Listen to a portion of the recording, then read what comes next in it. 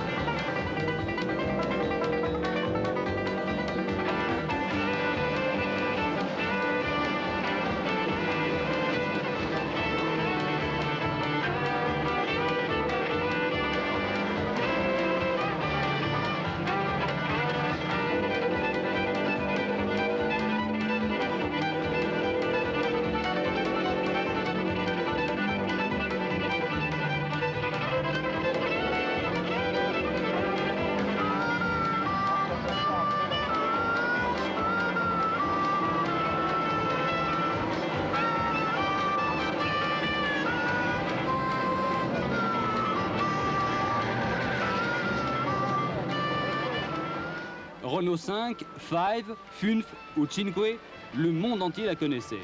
Alors la petite a parfois roulé ses bosses ailleurs. Elle s'est donné des ailes pour devenir européenne. Dans les rues de Monaco ou en prologue des Grands Prix, les R5 suivaient les F1 à la trace. Pour décrocher un tableau d'honneur, les pilotes profitaient d'un nouveau cadre grandiose.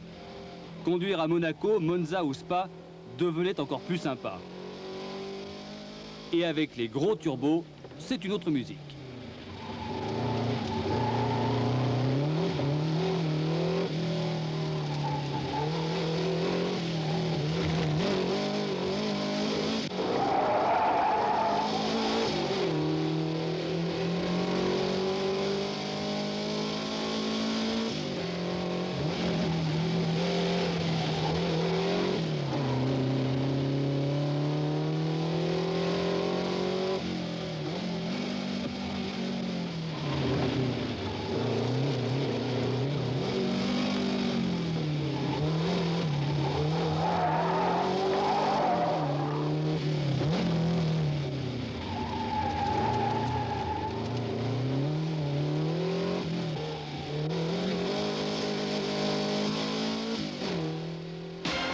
Au bout du tunnel, il n'y a que le nom et la voiture qui changent.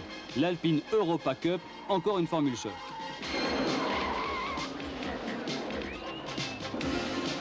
L'Europe, la Renault Elf Europa Cup l'a construite avec plus de 10 ans d'avance. De 1981 à 1990, Français, Italiens, Allemands, Espagnols et Néerlandais ont fait la course en communauté. Ils se retrouvaient pratiquement tous les 15 jours au rythme de la saison continentale de F1. Sans autre ambition que celle de s'amuser.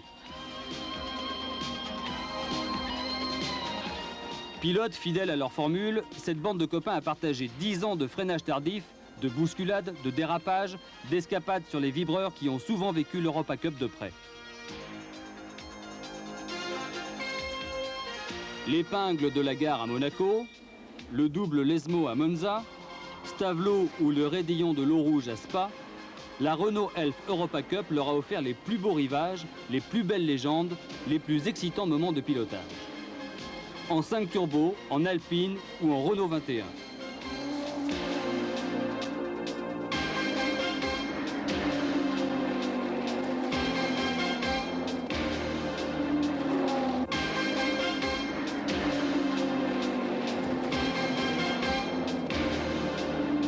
La coupe a aussi eu ses vedettes, une surtout, Massimo Sigala. Face à Joël Gouillet, son adversaire attitré, il a pris plus de 100 départs. Avec 5 titres, le petit Italien avait mis l'Europa Cup à sa botte.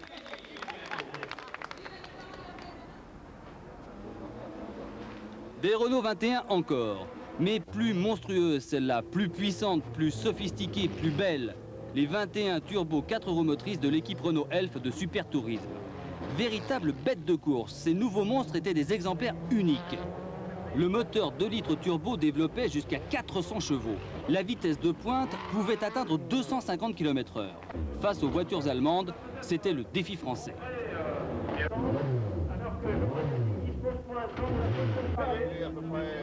8e temps pour Carole Vergniaud en 1,20,75. C'est plus agréable. C'est bien, Alors au coup, t'arrives sur les freins, c'est du bois et ça va tout droit. Je me suis foutu en l'air là-bas, je peux te dire.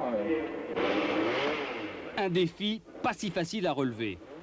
Sur les circuits nationaux, la concurrence était vive. Renault Sport avait appliqué à la berline les solutions les plus avancées de la course automobile. Plus proche d'un prototype rappelant les anciennes groupes 5 silhouettes que d'une voiture de série, ces autos n'étaient pas à mettre entre toutes les mains. Il fallait celle experte de l'avocat pilote Jean-Louis Bousquet ou de l'acrobate Jean Ragnotti pour les dompter.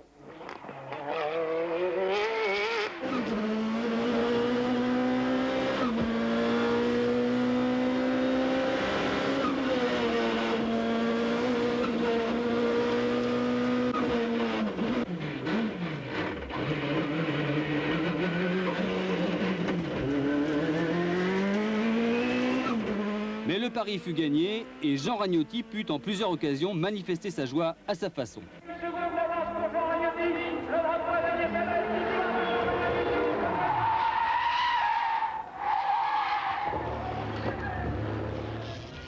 Jean Ragnotti qui, en assistant aux premiers pas des élèves des écoles de pilotage Elf Winfield, devait sans doute se rappeler avec émotion ses débuts en monoplace.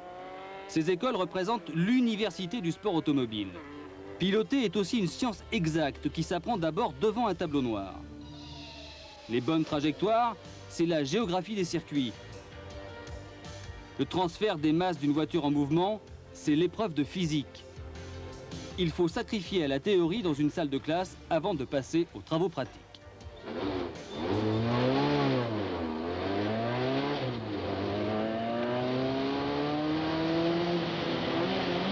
Tu freines tard.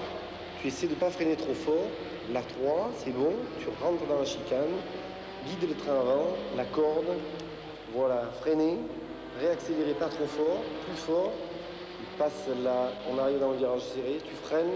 Pas trop fort. Toujours pour guider le train avant. Tu réaccélères. Voilà, c'est bon. La 4. Tu rentres à fond dans le droit de Sainte-Bonne. Voilà, ça doit passer normalement. La 4. La 5. Jusqu'au bout, tu tiens.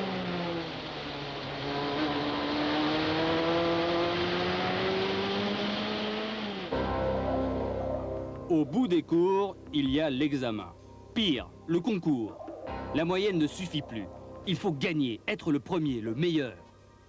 En 1990, 600 élèves s'étaient inscrits aux 2 écoles Elf Winfield du circuit Paul Ricard et du circuit de Nevers-Manicourt. Il n'y aura que 2 lauréats, un pour chacune. Le jour de la finale, les examinateurs, tous des champions confirmés, seront intraitables. Le tête-à-queue est interdit, éliminatoire. Le dernier apprentissage ce jour-là, c'est celui de la pression sur les épaules dans la froidure d'un petit matin d'automne. Gagner, c'est l'assurance de participer l'année suivante au championnat de France de Formule Renault dans les meilleures conditions. L'épreuve a été rude, mais pour l'heureux élu, tous les espoirs deviennent permis, même les rêves les plus fous. Prost, bien sûr, l'exemple, le pilote Elf 1976. Au moment où je me suis présenté à l'école de pilotage, cette année-là, j'étais à l'armée, j'avais pas de métier, je n'avais absolument aucune assurance quant à mon avenir, si ce n'est bien entendu de travailler un peu avec mon père, mais c'est pas vraiment ce qui me plaisait. Donc l'enjeu, il était absolument considérable, et là on ne parle pas de 2e place ou de place d'honneur ou de podium, c'était premier ou rien du tout. Donc à partir de ce jour-là, ma vie elle a complètement changé, elle a été axée complètement sur la course automobile à 100%. J'étais devenu pratiquement un pilote professionnel, ou en tout cas avec la mentalité d'un professionnel, en disant j'ai la chance de ma vie, il faut que j'en profite. Le poste a été le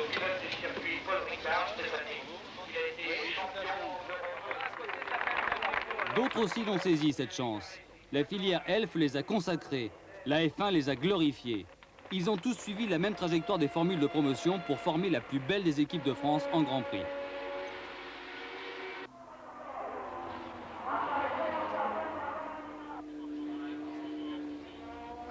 Les générations qui suivent ont vécu leur succès sur les papiers glacés des magazines. Ils ont peut-être puisé leur vocation au plus profond de ces pages. Avant même l'âge du permis de conduire, beaucoup ont façonné leur esprit de compétition par le karting. Certains, à 17 ans, sont déjà champions du monde, comme Emmanuel Collard. Mais maintenant, il faut tout reprendre à zéro. Boîte de vitesse, appui aérodynamique, pneus slick, circuit plus large, plus long, tout est différent. On se dit que finalement, on était bien dans le petit univers feutré et protégé de l'école. À partir de maintenant, la course est commencée. Contre l'adversaire direct, roue contre roue. La course face au public, face aux sponsors qui dissèquent les résultats. La course contre le chronomètre et contre le temps qu'il ne faut pas perdre pour se construire une suite logique à sa carrière.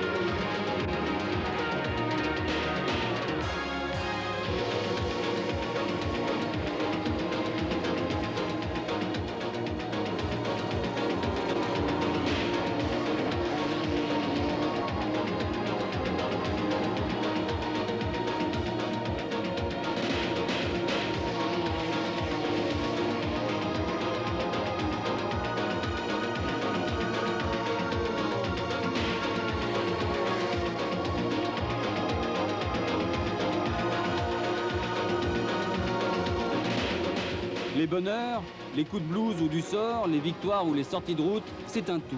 Une expérience qui, menée à bien, vaut au meilleur des jeunes pilotes un volant pas plus gros, mais bien plus beau, celui d'une Formule 3.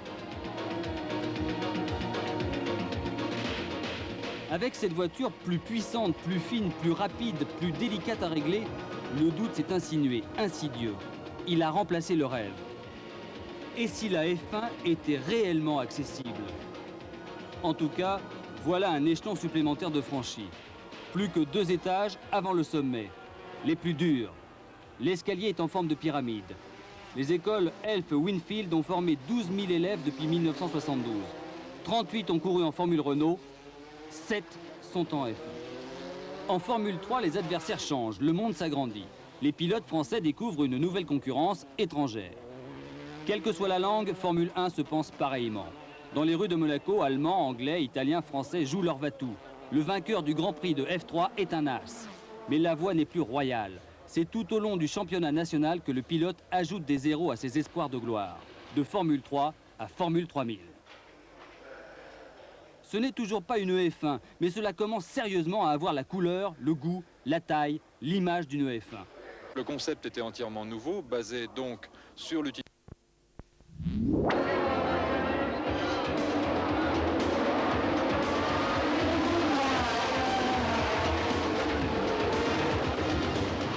À ce stade de leur carrière, ils sont encore une quarantaine pour 4, 5 ou 6 places maximum en F1 l'année suivante.